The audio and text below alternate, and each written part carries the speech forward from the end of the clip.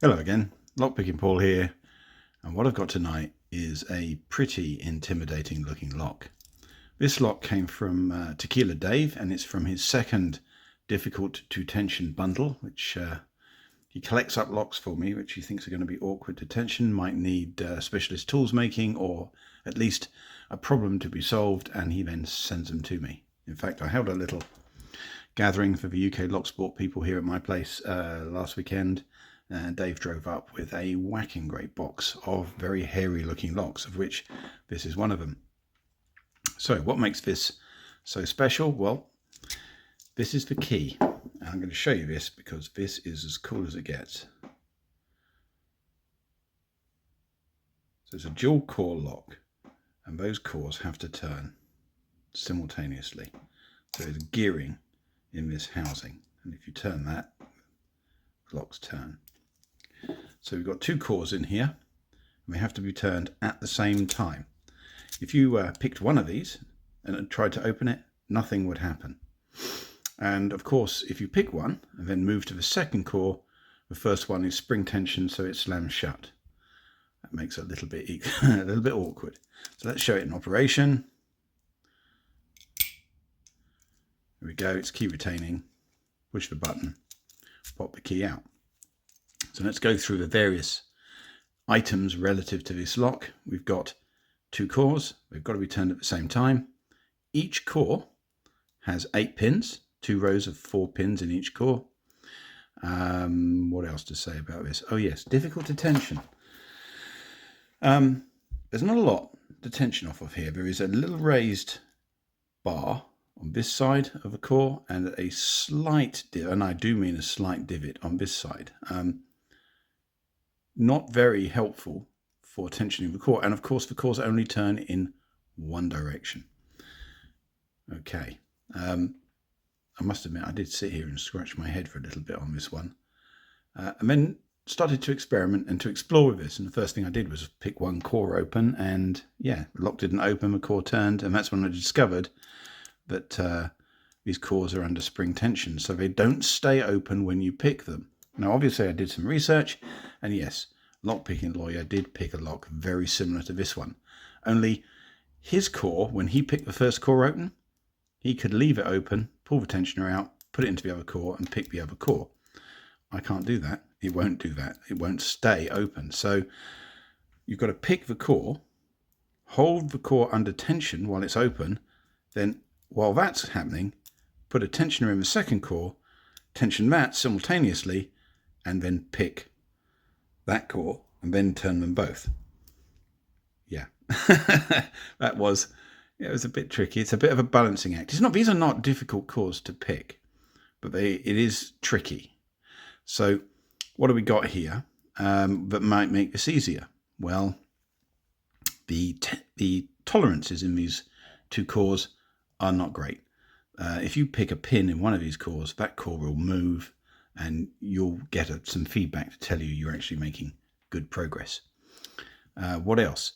Well, as it turns out, there might be 8 pins in each core, but 4 of the pins in each core appear to be passive. They do not need to be picked. It is only the outer pins, this row here and this row here, that need to be picked. This row and this row you can ignore. And I don't know if that's intentional, but they don't do anything. Now, there is bitting corresponding to those particular pins. That's this side of the lock. And one of the depths is different on this pin over here, but it seems to have no bearing on the pickability of this lock. So we're now down to 2 4-pin cores, and both of the cores have standard pins. So, okay, so it's a 2 4-pin standard cores with not great tolerances. All right, the odds are looking better for picking this. The biggest problem is getting a tensioner in this lock, and you really don't have many choices. I found that you can get a tensioner in like that on this particular core, and it's got to turn in that direction. But this does sit right up against the pins, and you can't actually get a pick directly down on top of the pins. You've got to go in from the side. It's too small in there for a dimple paddle, but you can get a regular pick in there and use it like a dimple pedal. And that's exactly how I pick these cores open. And of course, when you've got a core picked, you've got to maintain tension, put another tensioner in, get that tensioned, and pick the other core. It's like I said, a bit of a juggling act. But that's what you're about to see. I will say the pick is surprisingly quick. What you're going to see is not the first take. And that's because keeping these tensioners in place whilst trying to tension 2 cores is definitely fiddly. And on the first few attempts, stuff pinged across this room quite enthusiastically. But anyway, it has been a lot of fun figuring this out. And I wanted to say thank you very much, Dave, for a great starting lock to the next difficult to tension bundle. And hopefully the next lock I pick up will be as much fun as this one. All right, see you shortly. Here's the pick. Okay, let's get this open.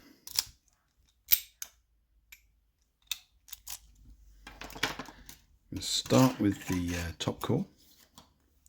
It's a little bit more difficult to get the tensioner in because of the position of the pins, but I think that's there. Extremely light tension. I'm going to use the pick like a dimple flag and sort of rotate onto the pins.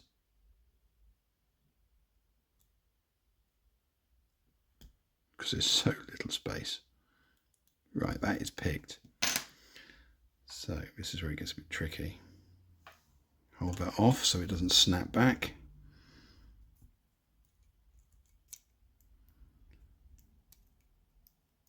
All right, both tensioned now. Try and do the same on this side.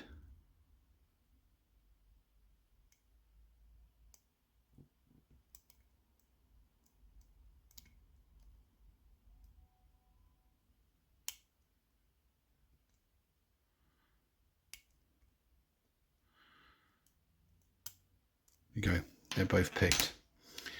All right, here we go. Yeah.